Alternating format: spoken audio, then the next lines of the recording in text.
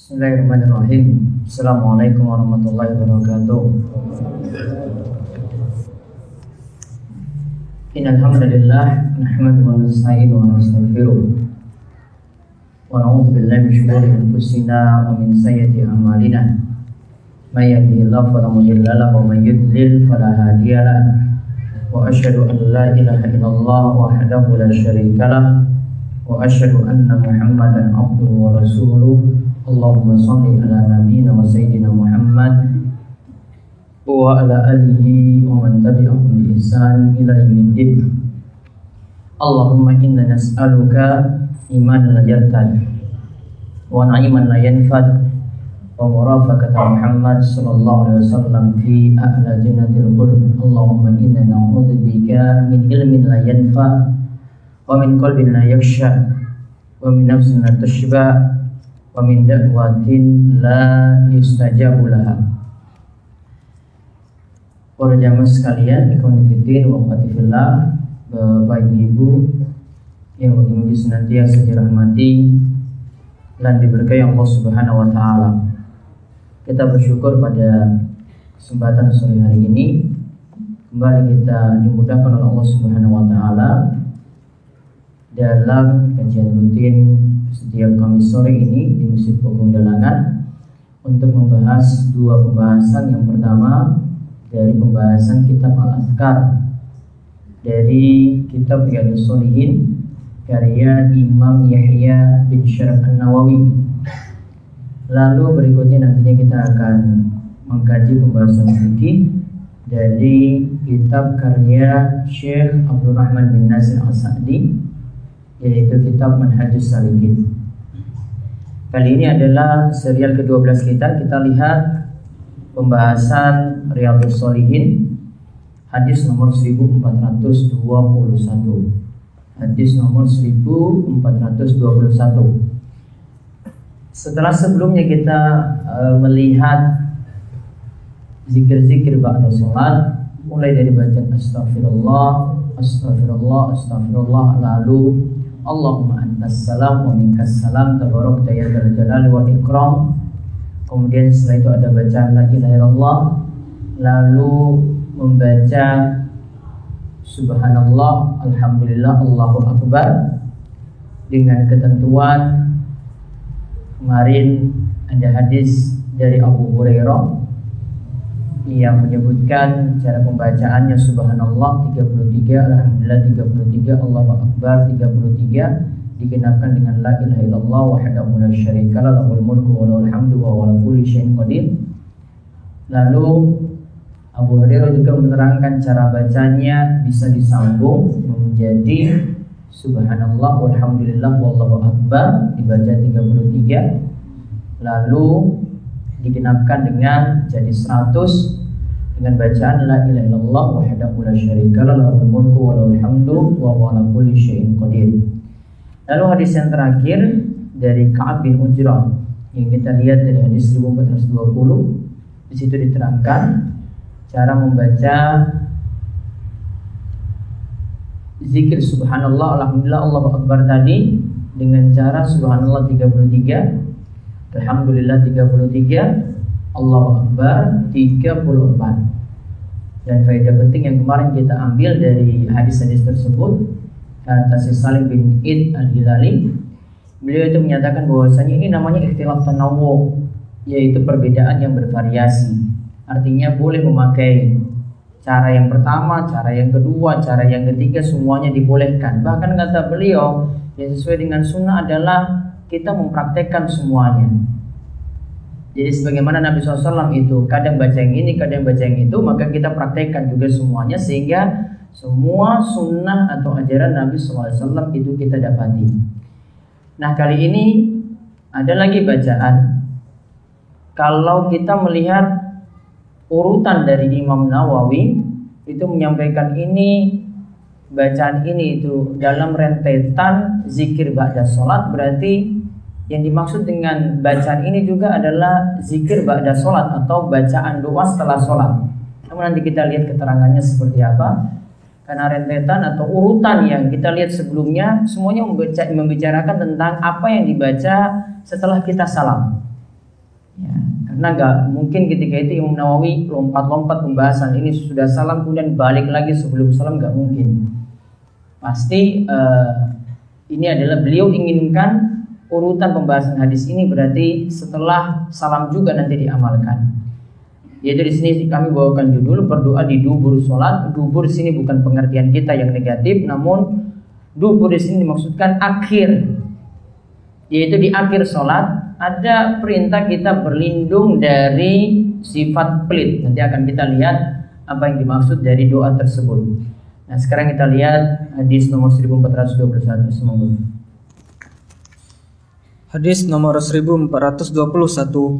Wa an Sa'din ibni Abi Waqqas radhiyallahu anhu anna Rasulullah sallallahu alaihi wasallam kana yata'awwadhu dubura as-salati bi haula'il kalimati Allahumma inni a'udzu bika minal jubni wal bukhli wa a'udzu bika min an uradda ila ardhalil umuri wa a'udzu bika min fitnatid dunya wa a'udzu bika min fitnatil qabri. Rahul Bukhari. Dari Sa'ad bin Abi Waqqas radhiyallahu anhu bahwa Rasulullah sallallahu alaihi wasallam meminta perlindungan di akhir salat dengan kalimat-kalimat ini. Allahumma inni a'udzubika minal jubni wal bukhli wa a'udzubika min an uradda ila ardhalil umuri wa a'udzubika min fitnatid dunya wa a'udzubika min fitnatil qabri. Artinya, ya Allah, aku berlindung kepadamu dari sifat pengecut dan kikir, dan aku berlindung kepadamu dari dikembalikan kepada umur yang paling hina atau kepikunan. Aku berlindung kepadamu dari fitnah dunia, dan aku berlindung kepadamu dari fitnah kubur. Hadis riwayat Bukhari. Baik, kita lihat dari Sa'ad bin Abi Waqqas. Sa'ad bin Abi Waqqas ini adalah di antara sahabat yang diberi kabar bahwasanya beliau masuk 10 sahabat yang dijamin masuk surga. Di antara kisahnya, Sa'ad bin Abi Waqqas itu dalam rangka mempertahankan imannya pernah ketika itu ibunya yang masih dalam keadaan kafir itu ingin merayu atau memaksa Sa'ad bin Abi Waqqas untuk melepaskan agamanya, yaitu agama Islam.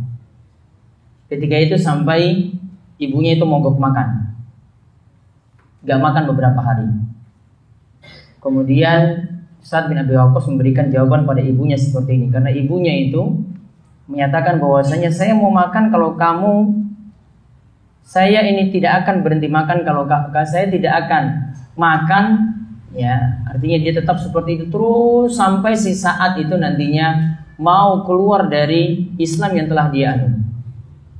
Maka ketika itu Sa'ad mengatakan pada ibunya, wahai ibuku, seandainya engkau punya 100 nyawa, 1 nyawa terambil, kamu mati, kemudian datang lagi nyawa yang baru sampai 100 kali, saya tidak akan melepaskan ajaran Islam yang telah saya anut.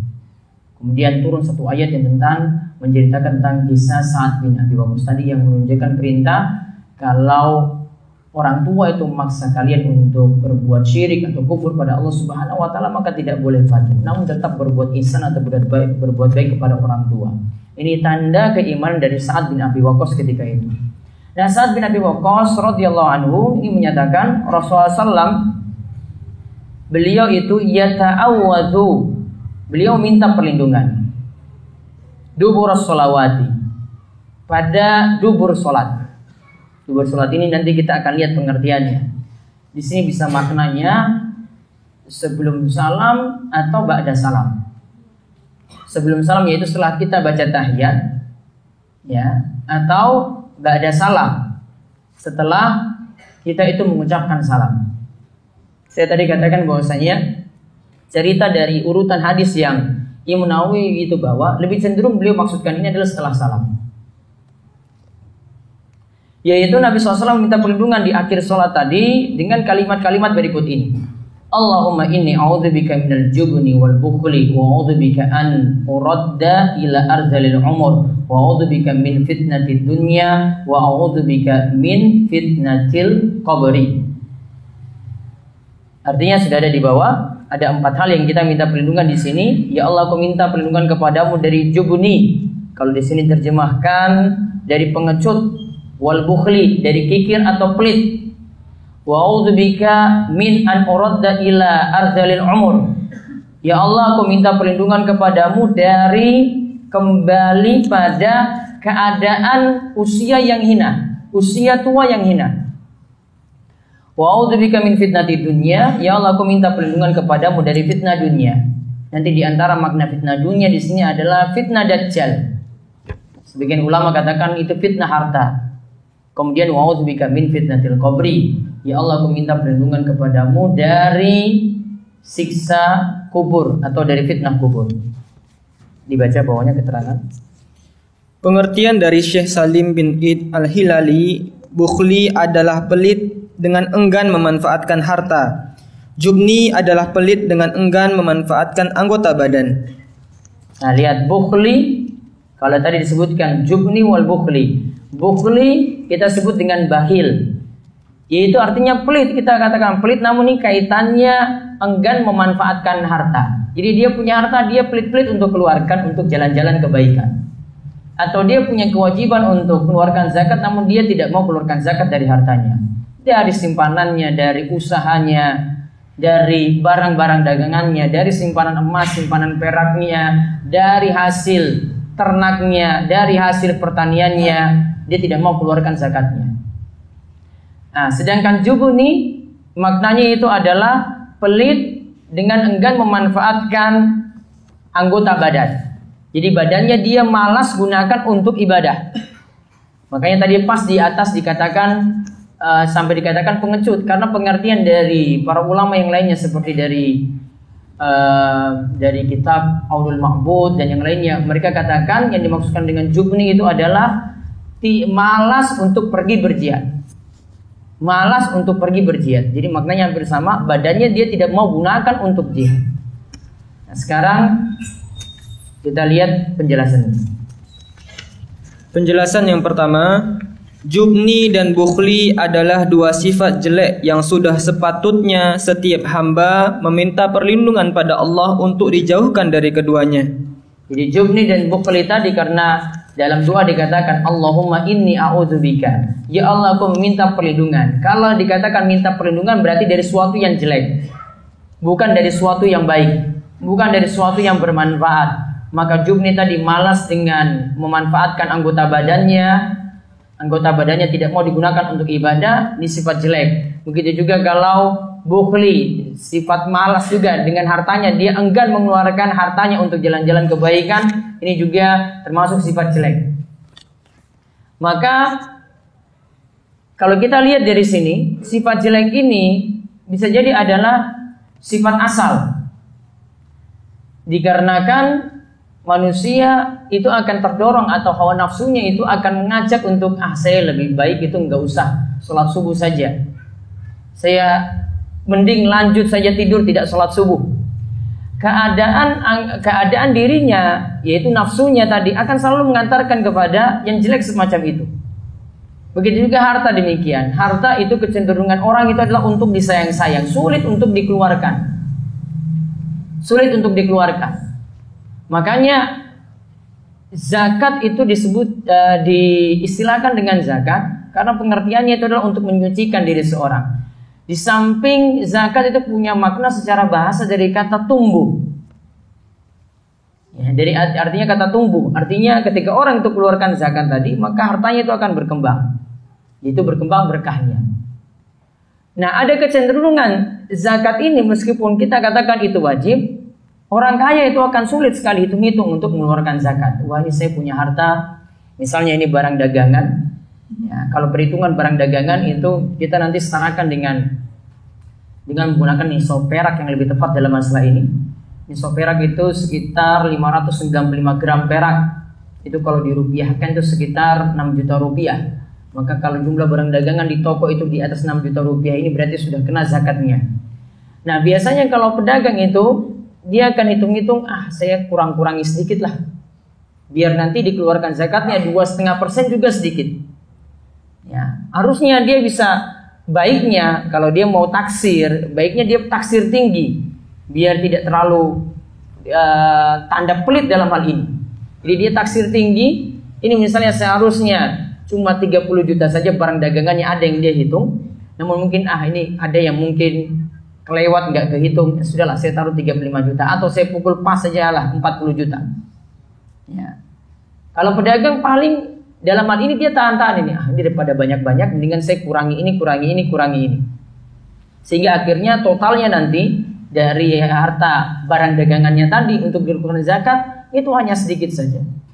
Sama juga kalau orang punya simpanan harta juga demikian, berupa uang misalnya, dia akan tahan-tahan seperti dulu. Dia tidak mungkin sedikit yang mau hitung taksirnya itu banyak. Ini tabungan saya ini ada berapa, di rumah itu cash itu ada berapa. Ya, kemudian dihitung totalnya. Ya, kalau orang mau bagus itu dia akan taksir tinggi. Ini kira-kira saya pukul, kalau ini mungkin 35 juta, saya paskan saja lah 40 juta. Sehingga dikalikan 2,5% nanti jadinya dapat 1 juta rupiah. Sudah saya keluarkan zakat 1 juta rupiah. Ya, bagusnya seperti itu. Jadi kita tetapkan tinggi agar siapa tahu ada yang kita salah hitung macam-macam seperti itu. Kita tidak kena atau terjatuh dalam sifat pelit atau kesalahan dalam menghitung tadi.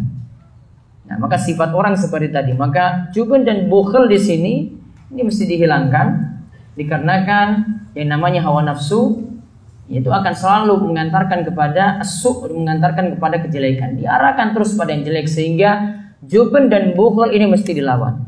Jadi ketika seorang itu ingin malas tadi, dia paksa malasnya tadi, malas bangun subuh, maka dia paksa dirinya untuk bangun subuh. Kalau bukhil juga demikian, dia malas untuk sedekah, dia paksakan dirinya untuk sedekah. Kadang kalau orang-orang kaya, ya dia simpan hartanya. Kemudian ketika tahu ini ada barang-barang mahal, kalau dia punya kesempatan untuk beli barang mahal, maka dia akan beli barang mahal. Maka kita lihat kebiasaan sebagian orang, kalau dia memiliki kelebihan harta, senangnya pergi belanja ke luar negeri. Kemudian dia habiskan harta di sana, bawa pulang harta itu ke sini, ya mungkin ada yang jadi ajang untuk pamer macam-macam dan seterusnya. Kalau pada wanita mungkin lebih sering lagi, ya untuk menunjukkan pada temannya, wah saya punya tas baru, saya punya gamis baru, saya punya ini baru dan seterusnya.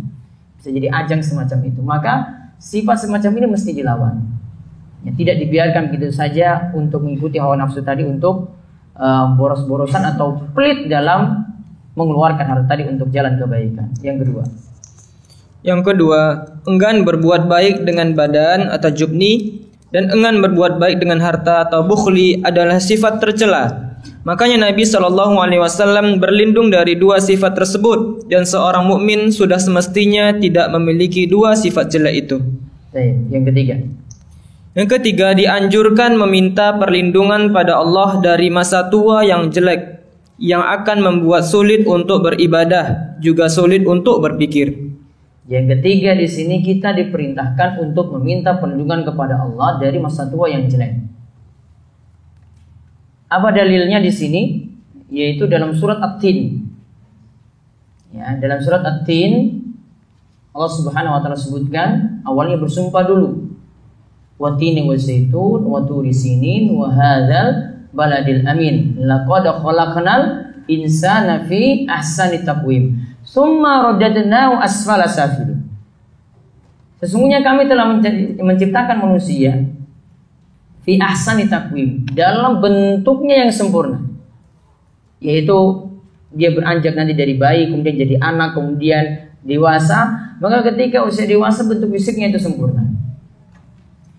Summa radadnahu asfala safilin. Kemudian kami akan kembalikan dia dalam keadaan hina. Di antara tafsiran maksudnya summa radadnahu asfala safilin tadi, kata para ulama pakar tafsir, awalnya di waktu muda dalam keadaan kuat, dikembalikan di waktu tua dalam keadaan jelek. Artinya sulit baginya untuk beribadah. Maka di antara dua ini tadi yang dimaksudkan, wa'udzubika an uradda ila ardalil umur. Ya Allah, aku minta perlindungan kepadamu agar tidak dikembalikan ke usia masa tua yang hina. Karena tadi ayat tadi itu menyebutkan awalnya manusia ketika usia muda itu dalam keadaan fisik yang sempurna, kuat untuk ibadah. Ketika di masa tua dia dikembalikan dalam keadaan hina. Lalu dilanjutkan apa? Illal ladzina amanu wa amilus solihati falahum ajrun ghairu mamnun. Siapa yang di waktu tuanya itu yang selamat, yaitu ilal ladzina amanu, kecuali orang-orang yang beriman, wa amilus solihati, dan orang-orang yang beramal soleh, falahum ajrun ghairu mamnun, maka pahalanya itu tidak akan terputus. Maka pahalanya itu tidak akan terputus. Maksudnya, kalau di waktu muda dia kuat seperti itu, maka di waktu tua nanti kalau sudah punya kendala-kendala, mungkin dia tidak bisa sholat sambil berdiri, maka akan kembali dicatat. Kalau dia beriman dan amal soleh, dia akan kembali catat seperti keadaan mudanya.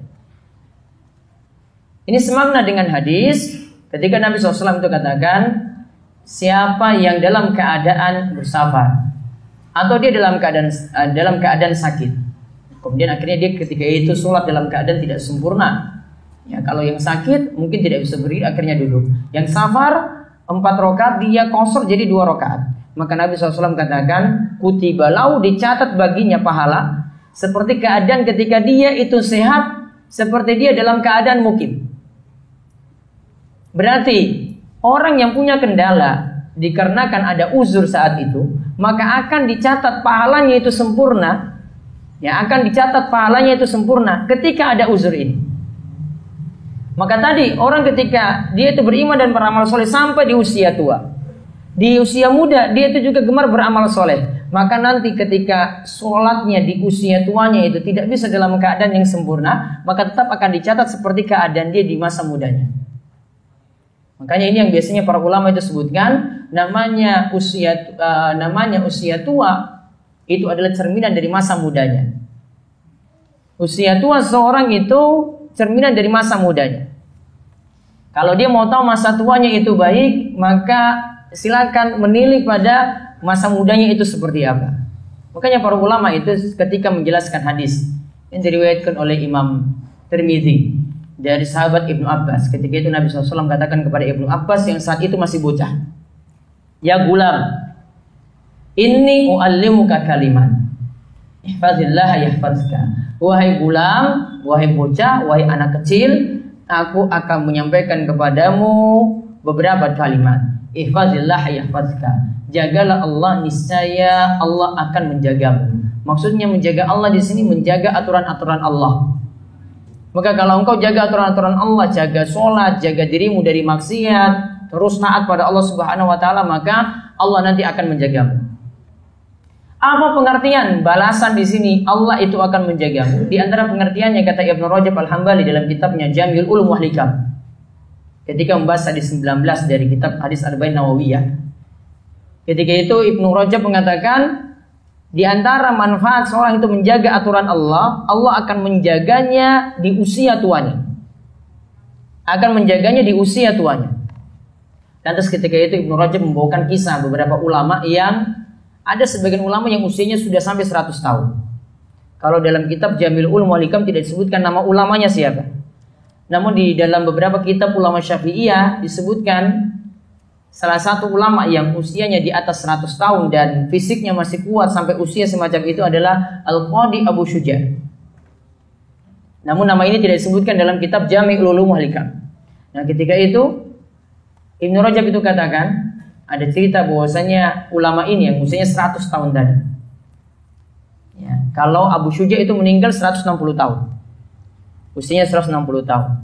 Namun sampai usia 100 tahun masih cerdas dan fisiknya masih kuat. Apa tanda kuatnya? Suatu saat, ini berarti kan tempat kita namanya simbah-simbah ya. 100 tahun itu bisa gerak gak kalau simbah-simbah zaman sekarang? Gak bisa lagi ya. Ini berarti simbah yang luar biasa. Ini Mbah Abi Syuja', sebut kayak gitu.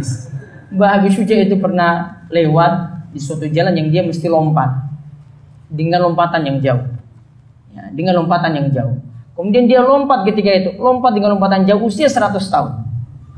Paling kan kalau di zaman ini, wah Mbah, ini badanmu sudah remuk atau gimana setelah lompat seperti itu? Ternyata tidak ada masalah apa-apa. Orang-orang heran kok fisiknya kuat sekali padahal usianya sudah 100 tahun.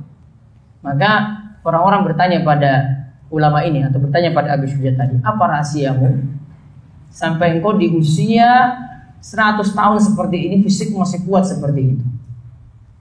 Ya, maka dijawab oleh Abu Syuja', Dia di sini tidak berikan tips harus olahraga pagi, enggak. Harus jogging terus juga tidak. Dia tidak beri tips harus badminton rutin setiap pekan berapa kali gitu, enggak. Yang main basket berapa kali satu minggu juga enggak. Dia cuma jawab, dulu ini di waktu mudaku saya jaga anggota badanku ini dari maksiat, maka Allah jaga anggota badanku ini juga di waktu tuaku.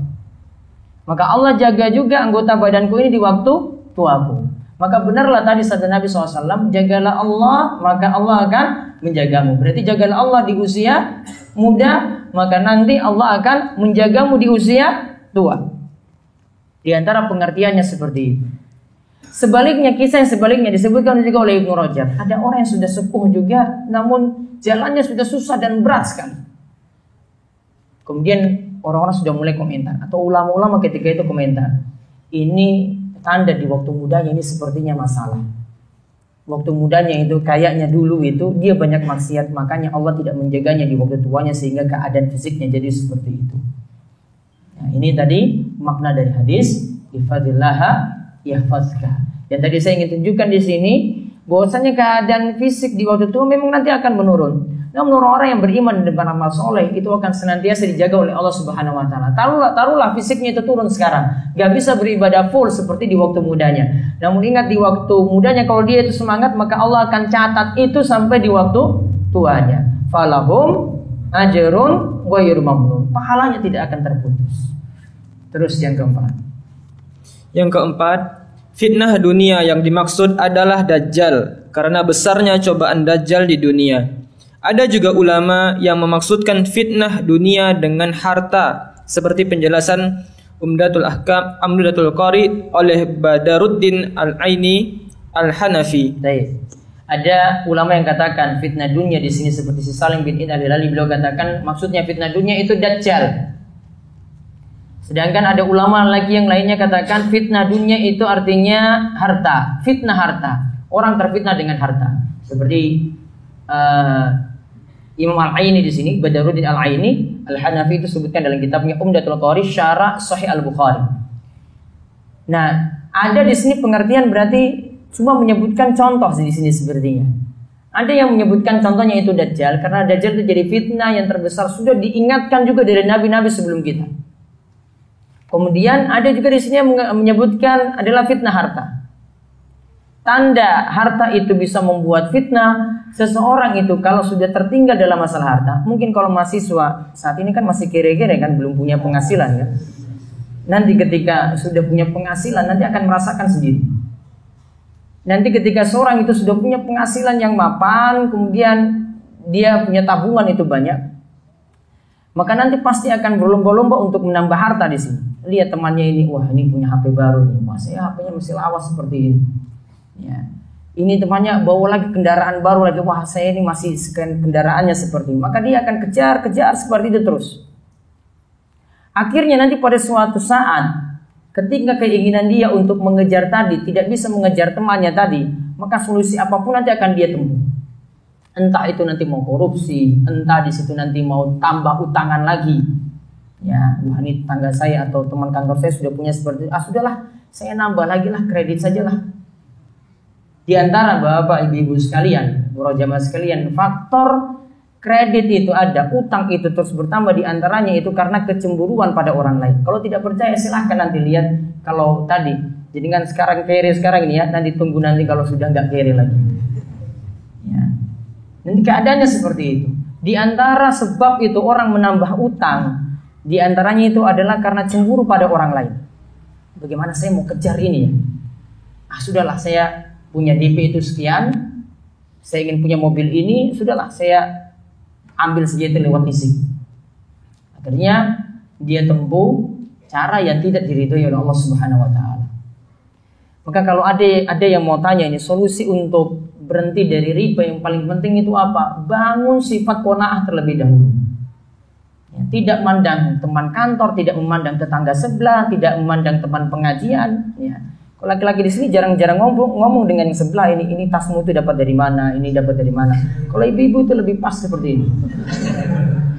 Kalau nggak percaya, terus saya ngomongin sama ibu itu nanti mereka komentar teriak-teriak di belakang itu. Ya. Nanti ada yang baru datang itu gamisnya, gamisnya baru, itu baru beli dari mana itu, beli toko online mana. Nah, akhirnya belum mulai kajian sudah kayak gitu. Ya. Nanti kalau ustadznya singgung tas lagi, wah itu tasmu itu dapat dari mana, itu beli toko. Kan sekarang toko online saya kan bisa dapat kan. Wah itu beli di mana itu, akunnya apa itu di Facebook. Cari lagi nanti. Kerjaannya telusuri itu saja. Itu mau sebelum kajian, mau bar kajian seperti itu. Kalau nggak bertanya, tanya emak-emak di belakang. Akhirnya terfitnah dengan harta tadi. Makanya sifat konsumtif seperti ini itu bisa berhenti tadi. Solusinya itu adalah qanaah. Dan qanaah ini pun nanti untuk masalah yang lebih kompleks saat ini. Jenengan kalau tahu Jogja itu 10 tahun yang lalu itu berbeda dengan saat ini. Sekarang sangat-sangat macet sekali kan. Saya waktu datang dari Gunung Kidul sampai sini dulu itu bisa 1 jam saja bisa. Itu normal itu. Ya, itu normal. Sekarang 1,5 jam bisa 2 jam itu kalau super macet. Tahu kendaraan itu banyak macet sekarang itu gara-gara apa? Apa jalannya kurang lebar? Hah? Atau kendaraan yang tambah banyak? Kendaraan tambah banyak. Sekarang masalahnya kendaraan tambah banyak itu gara-gara apa? Gara-gara apa? Satu masalah saja, gara-gara riba sebenarnya. Saya pernah tulis di Muslim Mu'rid itu, waktu saya tulis lagi iseng-iseng saja saya, ini riba itu biang keladi kemacetan di mana-mana. Ya jelas itu, karena orang mau dapat motor sekarang cuma modal KTP saya sudah bisa dapat motor. Ya, di sekian saya sudah bisa dapat mobil. Dulu sulit seperti itu. Ya, cuma gara-gara itu masalahnya. Semua awalnya dari sini, fitnah harta tadi. Ya, semua dari fitnah harta tadi. Tidak mau mensyukuri apa adanya dulu, tidak mau memiliki sifat qanaah terlebih dahulu, terfitnah dengan harta. Maka doa tadi punya tujuan supaya kita terlindungi juga dari fitnah dunia. Di antara maksudnya adalah fitnah harta. Terus yang kelima. Yang kelima, fitnah kubur yang dimaksud adalah siksa kubur. Seorang muslim wajib meyakini siksa kubur itu ada. Nikmat kubur juga benar adanya. Fitnah kubur yang dimaksudkan sini adalah siksa kubur. Seorang muslim wajib meyakini siksa kubur itu ada. Kemudian nikmat kubur juga benar adanya. Jadi tidak seperti sebagian kalangan itu yang mengatakan bahwasanya siksa kubur atau nikmat kubur itu tidak ada. Dikarenakan tidak ada wujudnya, kita tidak bisa lihat langsung. Secara logika tidak masuk kata mereka. Ini seperti kalangan Mu'tazilah atau yang mengikuti pemahaman Mu'tazilah. Dasar pemikirannya adalah selalu beralasan tentang masalah siksa kubur ini bersumber dari hadis-hadis ahad, bukan hadis mutawatir. Kaidahnya menurut Mu'tazilah bahwa hadis ahad itu tidak bisa dipakai untuk masalah akidah. Karena kata mereka, akidah harus dibangun dengan sesuatu yang yakin.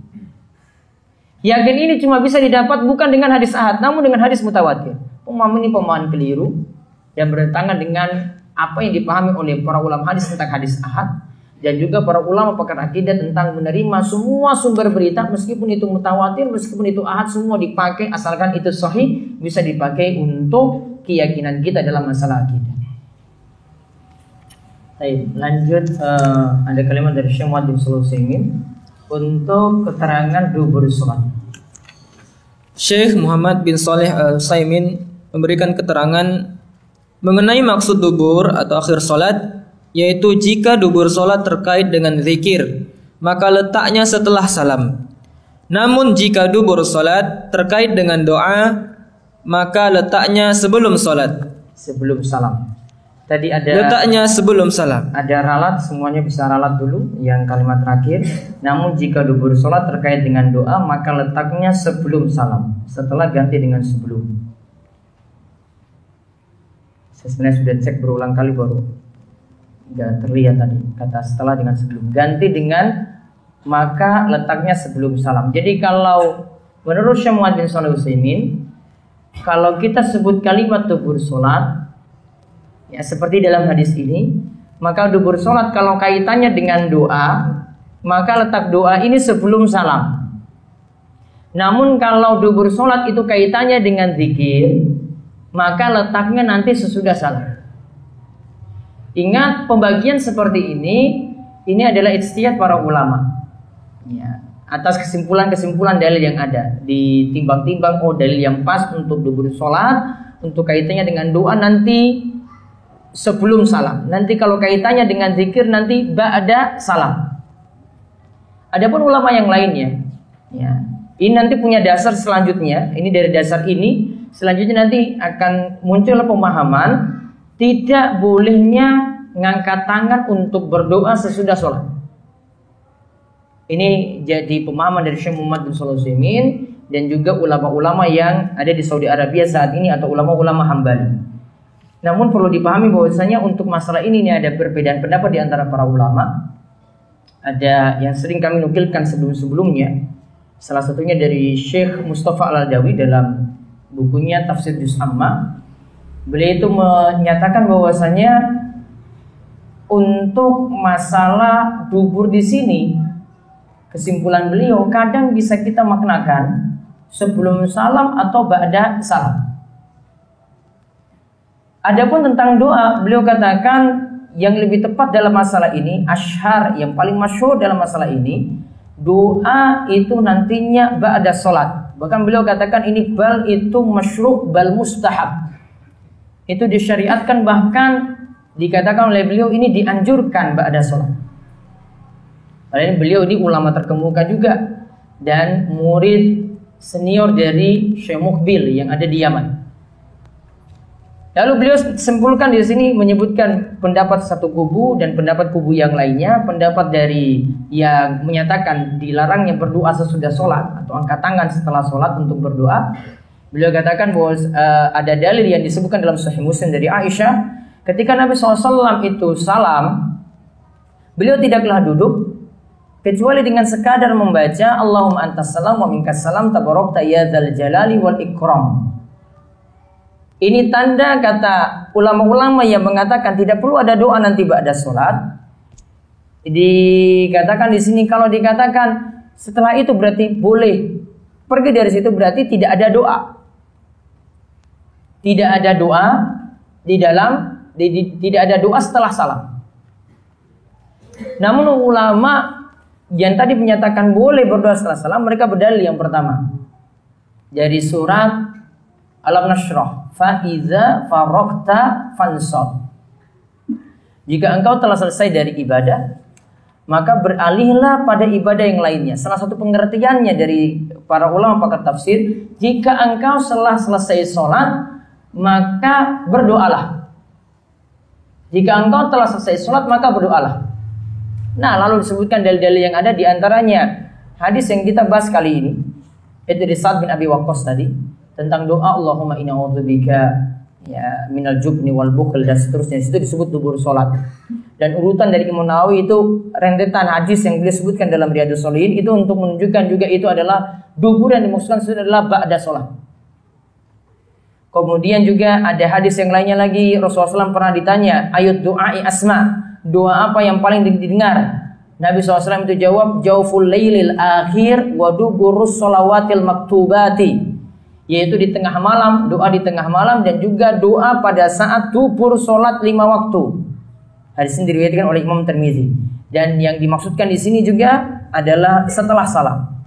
Juga ada doa lagi yang bentuknya kalimat doa, yaitu ketika Nabi SAW telah selesai salam, para sahabat katakan kami senang sekali ketika itu beliau itu berpaling ke kanan kemudian menghadap kami, yaitu berarti setelah salam, dan kami dengar dari beliau itu membaca doa ini, Rabbi kini adzabak yauma tub'atsu ibadah. Wahai Rabbku, selamatkan aku dari siksamu ketika engkau itu membangkitkanku nanti pada hari kiamat. Kalimat ini juga menunjukkan bahwasanya itu ba'da salam, karena dikatakan kami dengar itu setelah Nabi SAW itu salam.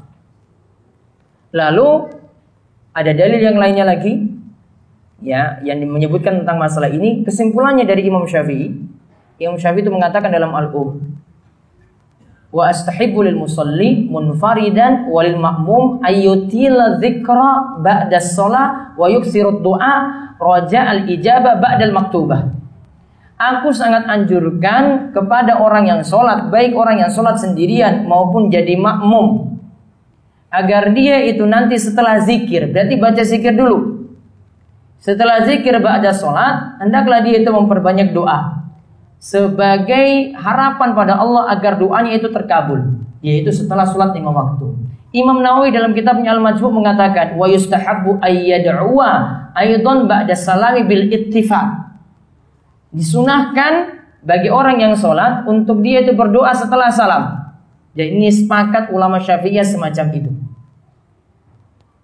Dan yang kesimpulannya di sini ada juga dari Ibnu Qudamah dalam kitabnya Al-Mughni, wa yustahabbu zikrullah wa du'a akiba salamihi wa yustahabbu min dzalika ma warada bil athar. Imam Ibnu Qudamah juga salah seorang ulama Hambali dalam kitabnya Al-Mughni mengatakan disunahkan berzikir pada Allah nantinya setelah sholat dan juga berdoa nantinya akibat salamihi setelah imam itu salam. Wa yustahabbu min zalika ma warada bil athar, dan ada asar-asar riwayat-riwayat pendukung dalam masalah ini. Jadi kesimpulannya dalam masalah ini, kalau ada yang bertanya bagaimana hukum berdoa setelah sholat, terserah mau berdoa ataukah tidak. Ya. Yang jelas setelah sholat paling dianjurkan itu untuk berzikir. Kalau mau meletakkan doa di akhir sholat, baca zikir terlebih dahulu kemudian berdoa. Namun kalau mau milih doa juga boleh diletakkan sebelum salam. Ya, boleh diletakkan juga sebelum salam. Jadi dalam masalah ini, kenapa kami di sini tunjukkan seperti itu, sehingga kita tidak terlalu ngotot dengan pendapat yang selama ini menyatakan bahwasanya doa itu tidak ada nanti setelah salam. Dan sampai ada yang menghukumi ini sebagai bid'ah misalnya. Mungkin hukum seperti ini kurang tepat dalam masalah ini. Silakan biarkan kanan kiri kita itu ada yang mau berdoa setelah itu, ya silakan. Dia yang penting sibukkan dengan zikir terlebih dahulu. Namun kalau kita lebih memilih sebelum salam, ya silakan berdoa sebelum salam. Wallahu a'lam bishawab. Itu saja yang bisa kami sampaikan untuk kesempatan malam hari ini. Insyaallah pada kesempatan berikutnya kita ketemu lagi dan mudah-mudahan selalu berkah dengan ilmu dan diberi petunjuk terus untuk beramal soleh. Demikian, ada kurang lebihnya kami mohon maaf. Kita tutup kalian doa kafaratul majelis. Subhanakallahumma bihamdika asyhadu an la ilaha illa anta astaghfiruka wa atubu ilaik. Assalamualaikum warahmatullahi wabarakatuh.